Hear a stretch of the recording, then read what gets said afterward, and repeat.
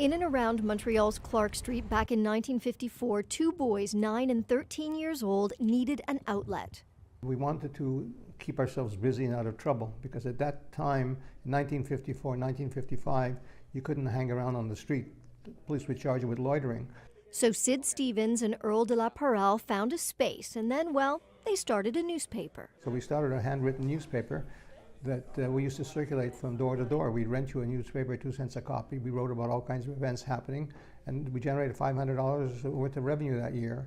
That $500 was reinvested, and just 6 years later, Sun Youth was formed. We've gone from a small little newspaper into a large conglomerate organization with about a $7 million budget, 1,500 volunteers, and helping thousands of people throughout the year. So we don't believe it ourselves sometimes. Earl wasn't feeling well the day we came, but there's no shortage of those eager to tout his virtues. I think the biggest thing is he cares. He cares about every single child that's ever been involved in here that he's been involved with in some way, shape, or form, be it football, basketball. They all know and they all love him. And while Sid is the face of Sun Youth, Earl worked behind the scenes. For Earl, it was about the coaching.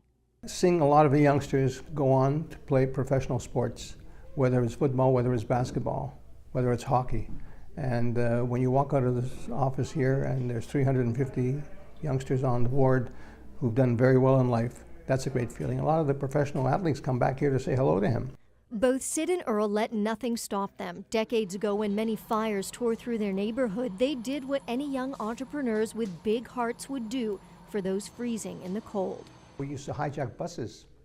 We actually would stop a bus and we asked people to get off the bus because there were fire victims we had to place.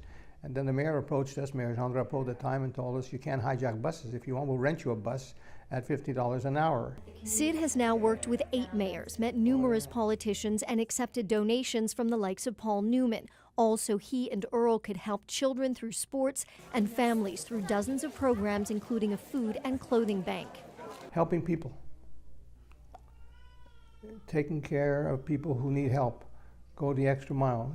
You know, tackle challenges in life. I always say easy things are done by all the other people. And Earl was cut from the same cloth.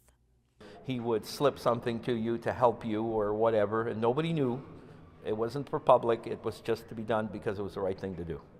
Both cherish every thank you and each person who gives of their time. Sid says both he and Earl gave their lives to their community. Let people, when they walk out of this office here or walk out of this building, walk out with hope. And both, no doubt, would do it again. Tarah, Schwartz, CTV News.